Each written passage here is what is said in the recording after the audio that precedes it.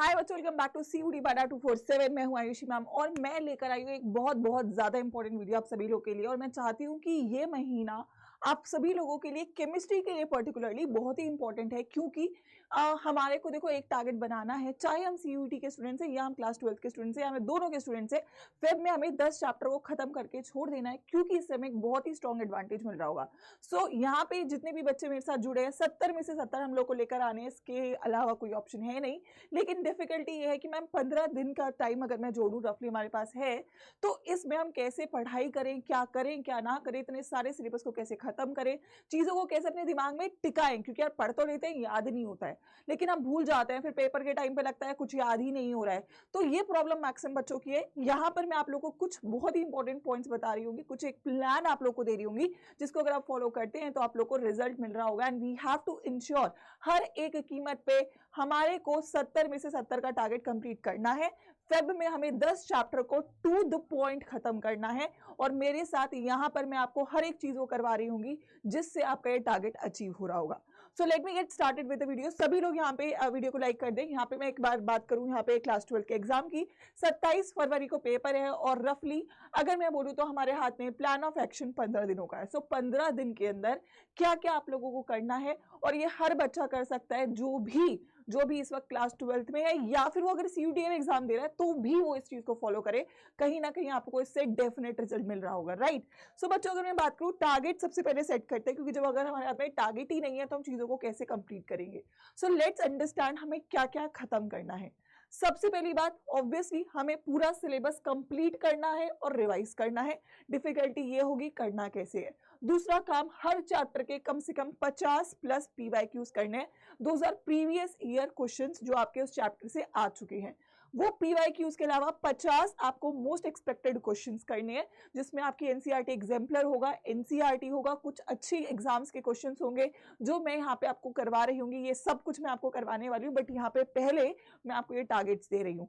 उसके अलावा एमसीक्यूज बहुत इंपॉर्टेंट है, क्योंकि वो बहुत ज्यादा वेटेज रखते हैं। तो कम से कम हमें 200 तो कम से कम एमसीक्यू करने हैं।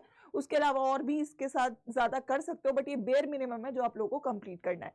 उसके अलावा लास्ट 10 सालों के प्रीवियस ईयर पेपर, इसके अलावा इसके बिना पेपर अच्छा कर ही नहीं सकते हो।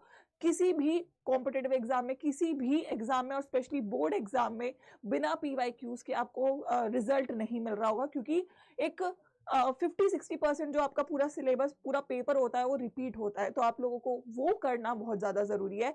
और उसके अलावा 7 से 8 हमें फुल सिलेबस के सैंपल पेपर्स करने हैं। सो ये सारा टारगेट है जो हम लोगों को मीट करना है। डिफिकल्टी ये आती है कि बीइंग अ स्टूडेंट आप लोगों को लगता है कि एक तो पहली बात, एग्जाम्स बहुत सारे होते हैं, सारे मैनेज साथ में करने मुश्किल होती है। और मैं स्पेशली साइंस की बात करूं तो साइंस ऐसा सब्जेक्ट है जो आप लोग ऐसे ही नहीं कर सकते हो, चाहे वो फिजिक्स है, चाहे मैथ्स है, चाहे केमिस्ट्री है, चाहे बायो है। So it's very important to understand कि मैम ये जो गिवन 15 दिन है ना, इसको कैसे यूज करें। 15 दिन बहुत होते हैं अगर आप ढंग से पढ़ लो। थोड़ा बहुत भी अगर आपने पढ़ रखा है, तो अगर आप एक स्ट्रैटेजिकली स्टडीज अब करोगे तो कहीं ना कहीं आप लोग चीजों को कवर अप कर पा रहे होगे, आपको मार्क्स मिल रहे होंगे। सो टारगेट्स आप लोग के सामने है। हाउ टू अचीव के लिए सिंपल सी बात है।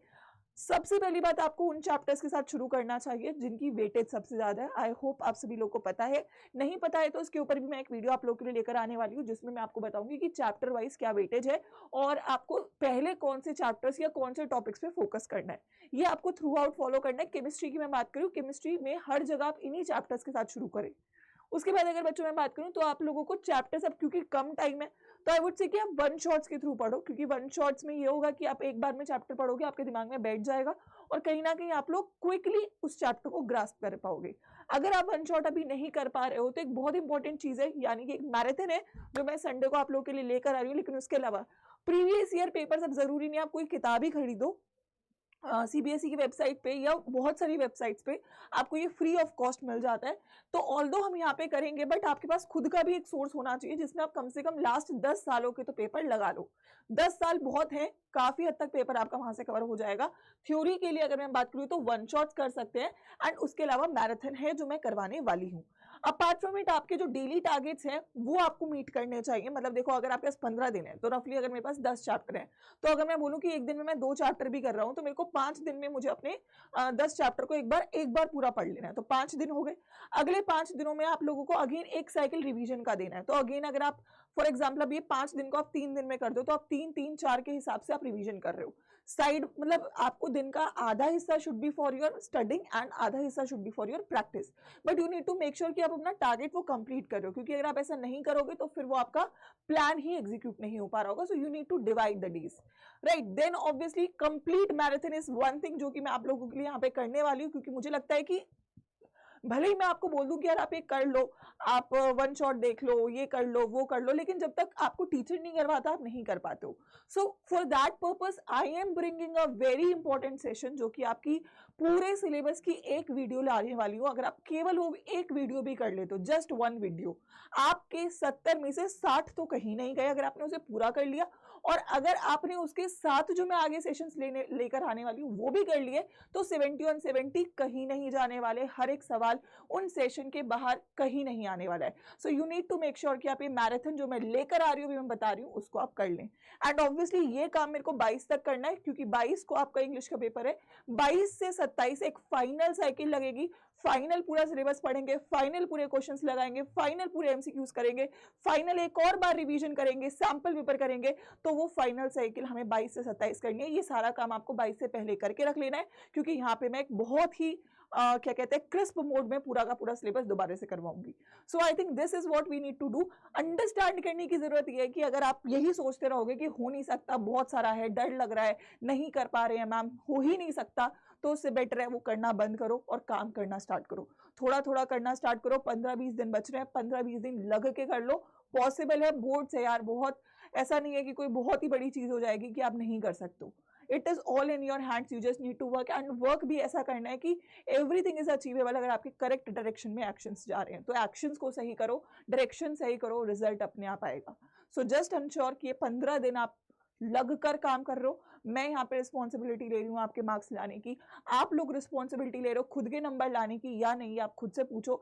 एंड इस वीडियो के एंड तक I think you should make a pledge to yourself कि मैम अगले 15 दिन आपके हवाले हैं, आप जो बोलोगे वो सब करेंगे, बस आप नंबर दिलवा दो। वो रिस्पॉन्सिबिलिटी मेरी, लेकिन पढ़ने की रिस्पॉन्सिबिलिटी, सेशन में आने की रिस्पॉन्सिबिलिटी आप लोगों की।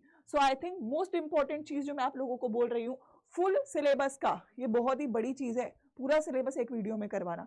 11 फरवरी 11 बजे दिमाग में सेट कर लो, 11 फरवरी 11 बजे, यानी कि ये संडे सुबह 11 बजे मैं आप लोगों से मिलने वाली हूँ।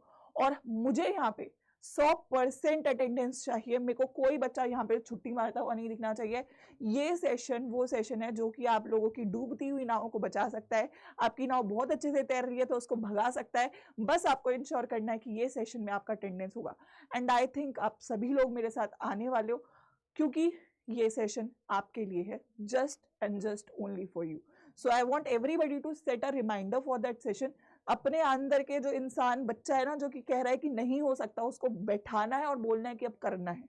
तो करने के लिए मैं आ चुकी हूँ यहाँ पे। अगले 15 दिन आप लोगों के साथ मैं रहने वाली हूँ। वैसे तो मैं हमेशा रहती हूँ, बट अब थोड़ा ज्यादा रहने वाली हूँ। पर आप लोगों को भी उसी इंटेंसिटी के साथ मेरे साथ लगना पड़ेगा, पढ़ना पड़ेगा। तो ये रिमाइंडर है, दैट इज कंप्लीट केमिस्ट्री का गेम ओवर। पेपर से पहले पेपर की फाइनल तैयारी, the most awaited marathon to give you a 70 on 70 का target is there on this Sunday 11 February 11 AM। I want everybody to set a reminder. एक बार मैं बता देती हूँ कि आपको कैसे मतलब ये कर लेना है, मतलब कुछ नहीं करना है। मैं बोलूंगी आप सेशन को लाइक करके रखो, अपने दोस्तों वोस्तों को शेयर करो, बोलो कि भाई ये सेशन छोड़ना नहीं है। अगर चाहते हो कि अच्छे नंबरों के साथ पास हो जाओ और छा जाओ तो YouTube पे जाएंगे, ये फ्री ऑफ कॉस्ट है वैसे भी।